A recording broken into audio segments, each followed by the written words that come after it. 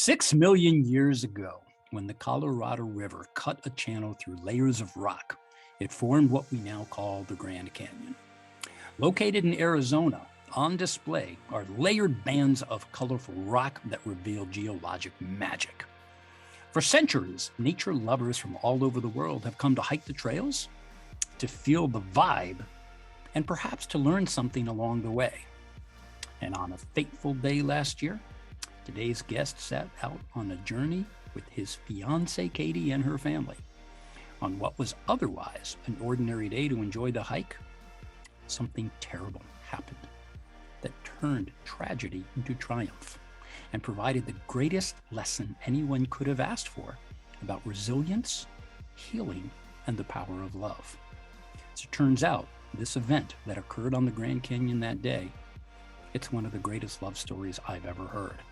And in some small way, I am overjoyed to play a part in it and to broadcast through our show the love and affection I feel for today's guest, and to express how grateful I am that we came into each other's lives many years ago. Consequently, it is an honor to welcome a former student of mine that I am so proud to call my friend. His name is Tanner Force. This is his story of transformation. Tanner, welcome to A Climb to the Top. Chuck, I'm very happy to be here. Thanks for having me. You are quite welcome. Tanner, what I'm describing was best prompted by an email I received from a former classmate of yours that startled me into a moment, that made me reflect on everything that you and I have ever done together over the many years and say a prayer to the heavens that all is okay. The logical start here is to bring us there. Tell us what you were doing, when this was, what action you were involved in at the moment, and what happened. It was March.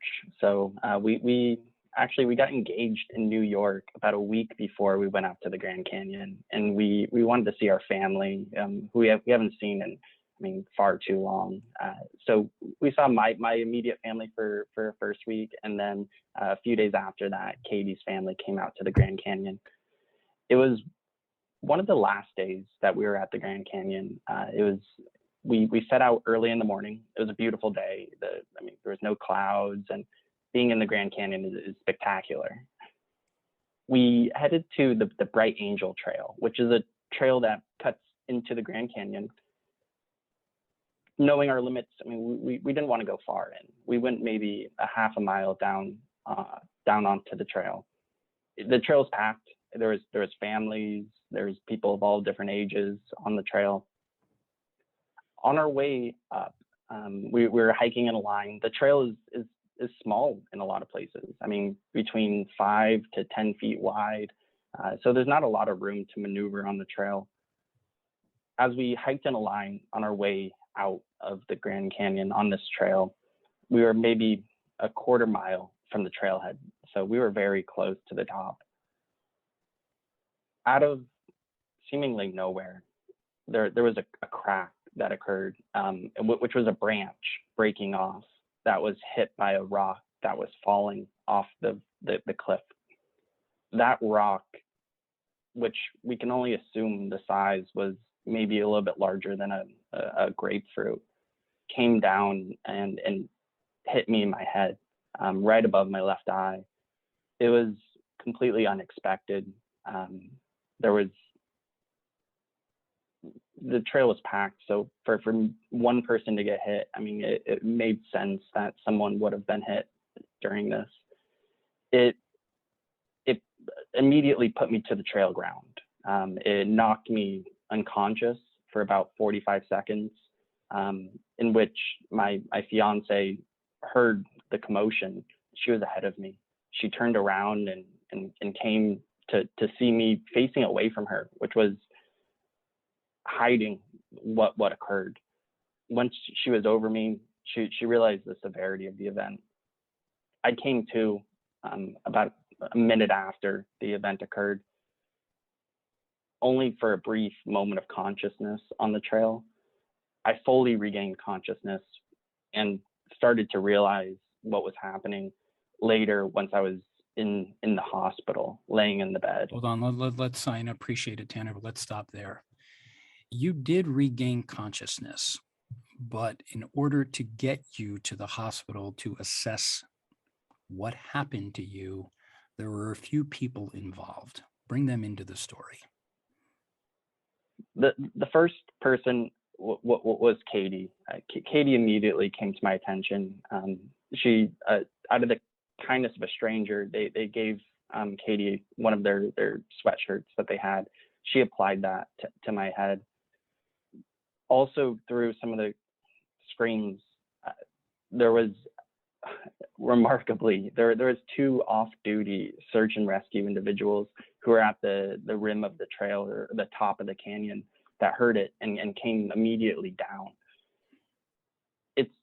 It's astonishing that they were even within an earshot distance, but once they were there, they were able to stabilize me, provide information to some of the other individuals around me. They sent one of Katie's brothers up to the top of the trail with information to give to the park rangers to then provide more support for me down on the trail. It was surprising to have people that were equipped to deal with this level of scenario be within range. Those were the immediate people that came to my attention when I was on the trail. So just out of happenstance, fate, whatever that may be, people who were actually equipped, what we know as first responders, they did what? I take it because you said you woke up in the hospital. How did you get there? Even though if you don't remember it, now that you can recount the events, what did they do to prompt you to get you to care? They applied a lot of, immediately just trying to stop the blood loss. That was a big part. So they applied bandaging to my head, and just kept me conscious. They were asking questions. It was slightly funny, but they asked me, "Oh, how are you doing, Tanner?" And I don't remember this, but based on Katie's accounts, I would say, "Oh, I'm fine. I have a little bit of a headache." And I could use some Tylenol. And I gather they did what first responders did. Did somebody bring a helicopter to you, or were you carried somewhere that took you? I was carried out in essentially a wheelbarrow. It's more of a medical device, but they put me in something to get me off the trail. They pulled me essentially onto that wheelbarrow and took me to the top of the trail, in which a helicopter was already waiting for me to then take me to the Flagstaff Hospital, which is the more local hospital to the area. So if nothing else, Tanner, the first action here is Katie responding to the good fortune of having two people who knew how to respond, what to do to bring the force of a helicopter that able to transport you to Flagstaff, Arizona in light of the injury. And you woke up when? I woke up once I was in the ICU. It was a weird feeling. It almost felt like a dream. As I was laying there, I was very confused. I didn't know where I was. Just a minute ago in my reality, I was hiking in the Grand Canyon with Katie and her two brothers. And then immediately after, it felt like I woke up in the hospital with essentially a bandage completely over my left eye. I was unable to open my left eye. And so I only saw, really not much once I was in the hospital.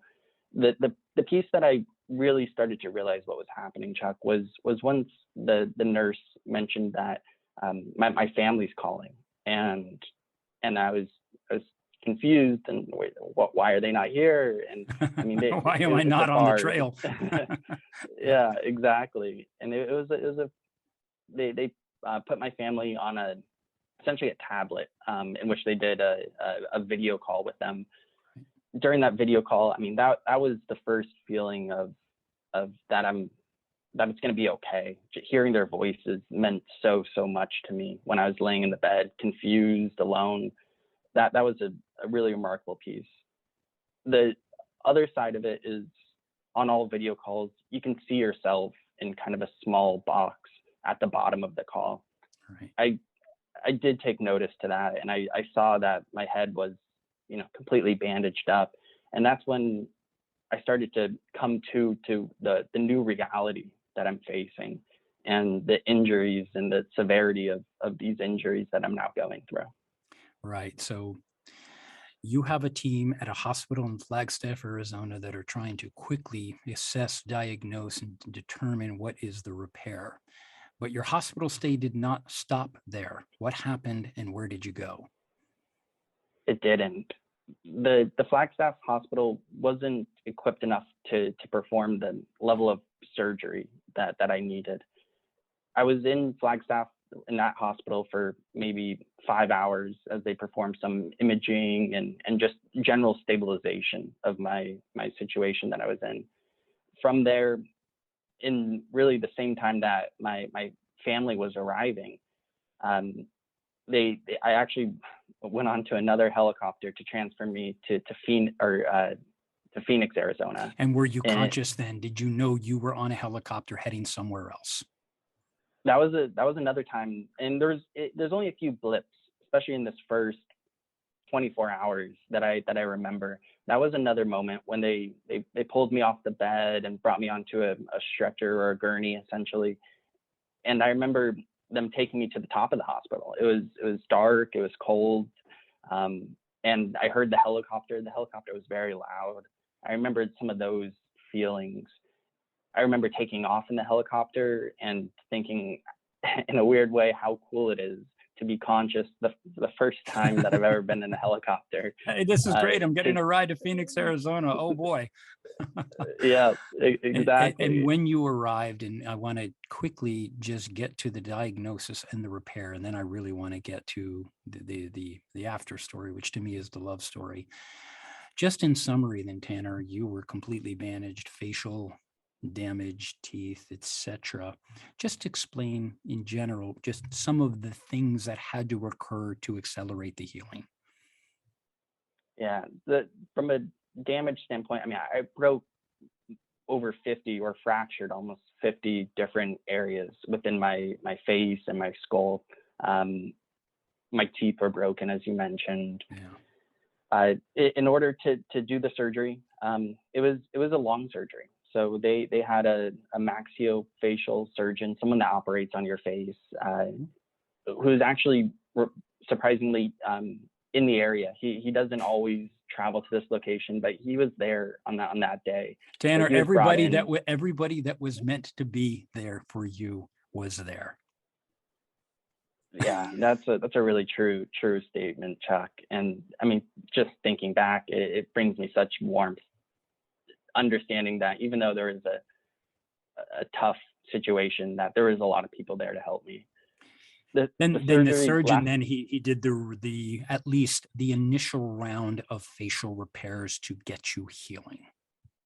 Yeah, he did. It was a 8-hour surgery in which he put a lot of my bones back in place, and they put 2 different titanium bars in my face in order to hold some of the bones together. But it was a point that also, I mean, begins to blur again, where even a day after that, I was not too aware of what was happening. At that point, my family was there, and I was able to see them for the first time in person, and that was another remarkable time. Yeah, and the distance in time then between the original accident and when your family made it to Arizona, was it only a couple of days?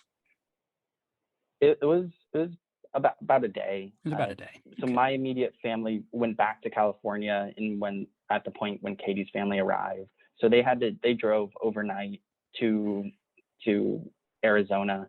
A lot of times I can only imagine how stressful that drive was, not really knowing what was happening. Yeah, just trying to send you good vibes.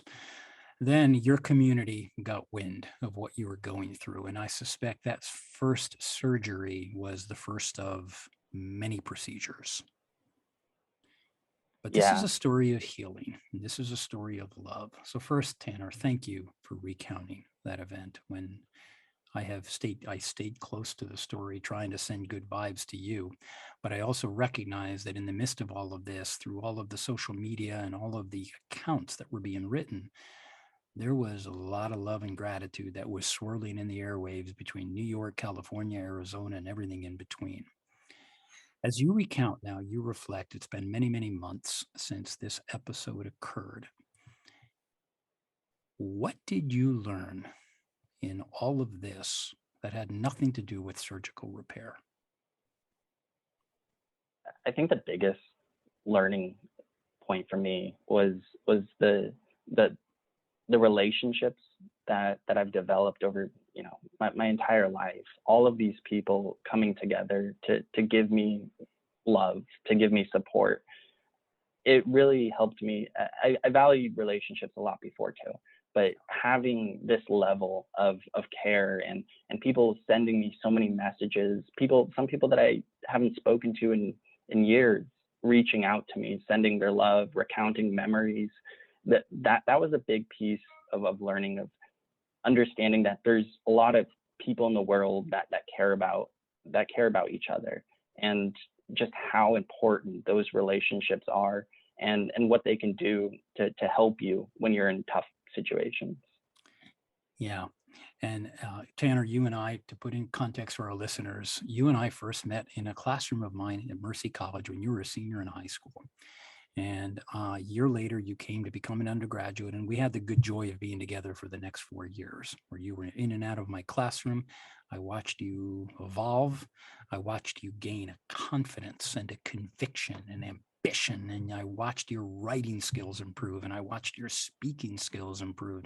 And what a joy it was to watch this evolution. And Tanner now is a financial analyst at IBM, and I am immensely proud of that. But I cannot put into words how I felt when I heard this story.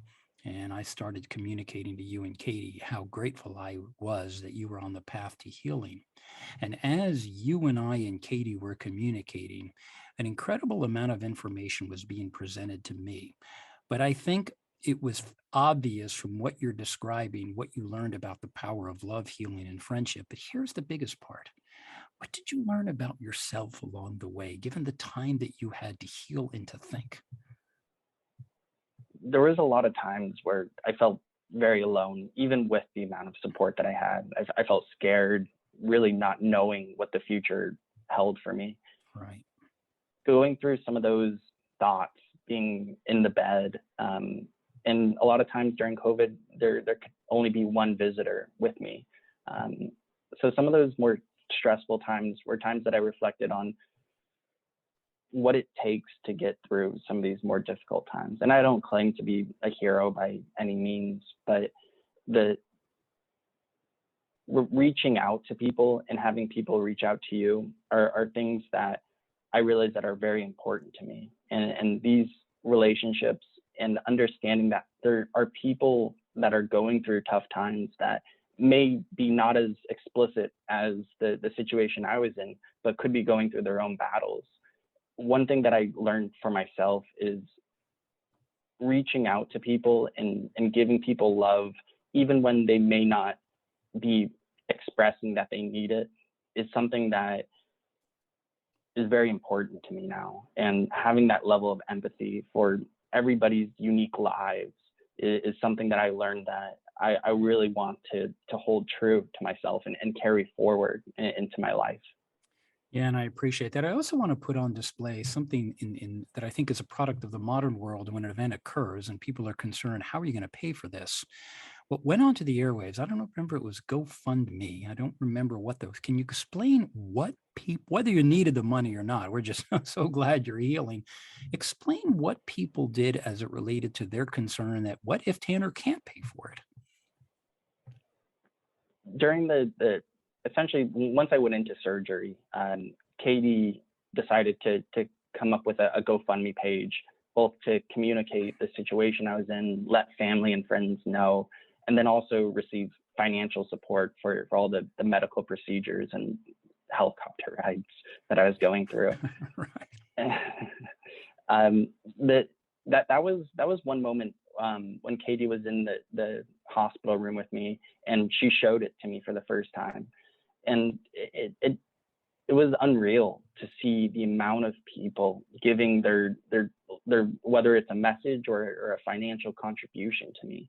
I remember reading through some of the comments that people would leave on the page, and it absolutely brought me to tears. That was the first time that I saw the amount of love that was being given to me. I knew my family was there and sharing their love with me, but to see a huge number of people reaching out and sharing thoughts, love, prayers with me, that was a moment that absolutely set me in place to realize that there are a lot of good people in this world and a lot of people that want to help, and taking and just being, I guess, willing to accept that it was difficult at first, because I didn't want to put anyone else in but share my burden with anybody else.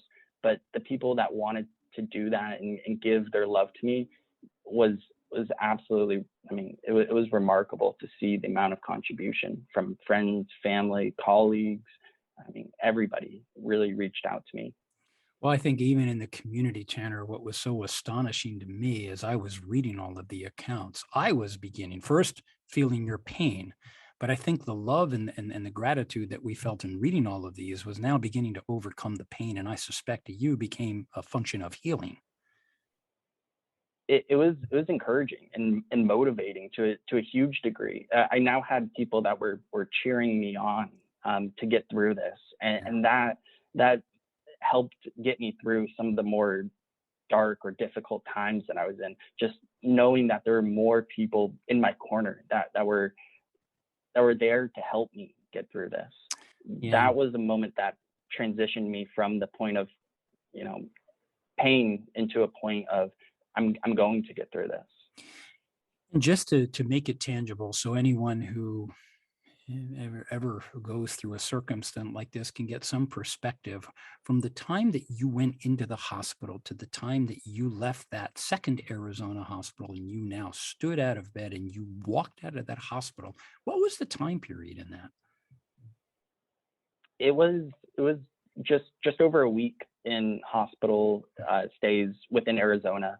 I was then transferred out to California, closer to my family, through an ambulance ride, and I stayed about another week in California.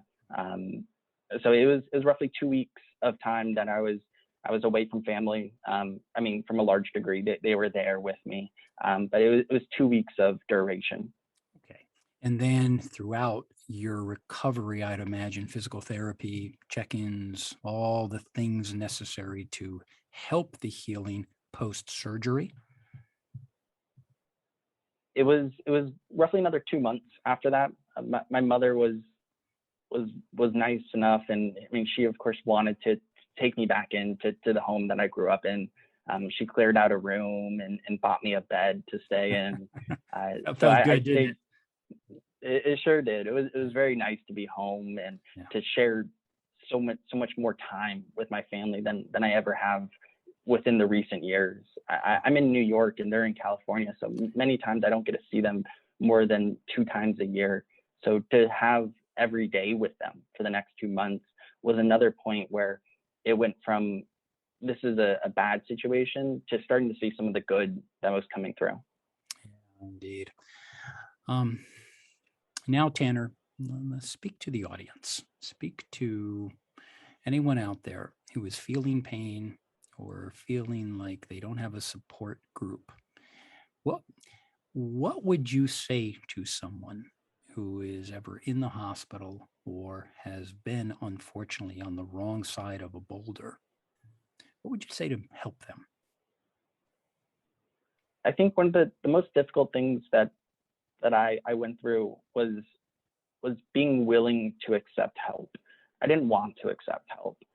And so if anyone's in a tough situation, even if it's not something that's physical, if it's mental or emotional, I think that the first step is accepting that you are in that situation. And then from there, reaching out to friends or family, even if you don't feel that you have a huge support group, express that you need help. That's a piece that really it's tough to do. But once you do that, it's the first step in starting your journey to recovery is being willing to accept your situation that you're in, and then willing to reach out to others and ask for the help that you need. And in the same way, Chuck, I think if you're not in that situation, it's extremely important to reach out to your friends and family, even if they're smiling, even if they look like they're doing okay, and see if you can help them by any means, even if it's just checking in and sharing a memory with them. I think those are things that in our society we struggle to do sometimes. Even with the amount of social media that we have and connection that we may feel, a lot of times we can feel alone in this world. And I think the first step for anyone in that situation, a tough situation, is to reach out to others and ask for that help. Yeah, I think that's a wonderful lesson, Tanner, because even in my situation with you, you and I are in touch occasionally. I regret I had to wait for a tragedy to find you. And if I could do it again, I wouldn't have waited for you to get knocked out of the Grand Canyon. I would have done that naturally. But I think what happened to you, even to me, was just a great reminder. Forget all of the things that happen and take a moment, shut off all the machines, and just tell your friends you love them. So Yeah.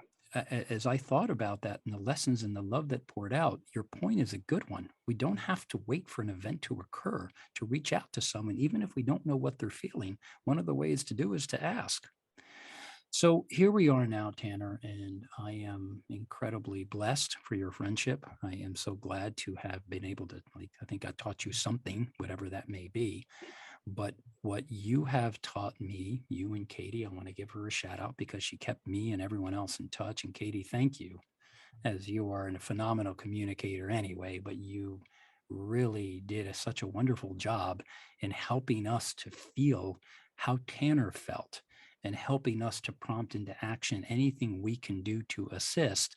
And Tanner, to watch your recovery, to me, that's watching the 5 years that I work with you in a classroom where you went from here to here, where you are now on the channel to realize your ambitions, because I always knew you had it in you, and it was just a joy to watch it unleash. And here we are again. You are the product of a tragic event that you are turning into triumph. And to me, there's no surprise. That's the Tanner I know and love. So thank you, Tanner, for bringing your story here. Yeah, Chuck, and I appreciate you and the relationship that we've had. It's one that I'll forever value, and being able to share some of these messages out into the world.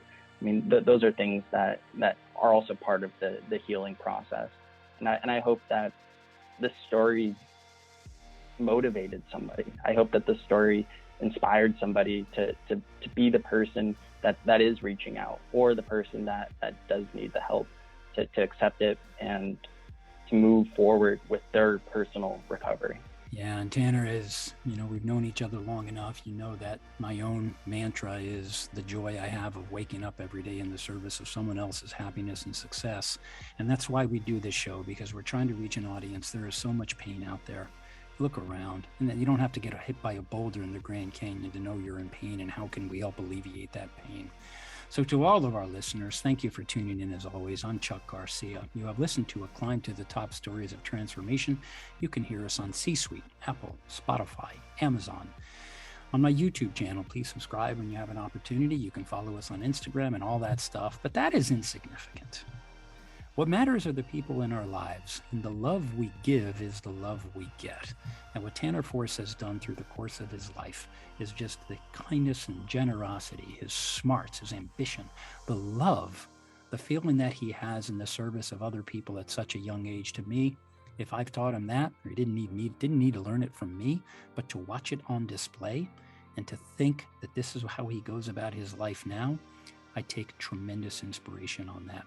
So thank you always, as always, to everyone for tuning in. And Tanner, I'm sending a virtual hug through the airwaves. Thank you so much for coming on to A Climb to the Top. Yeah, thank you, Chuck.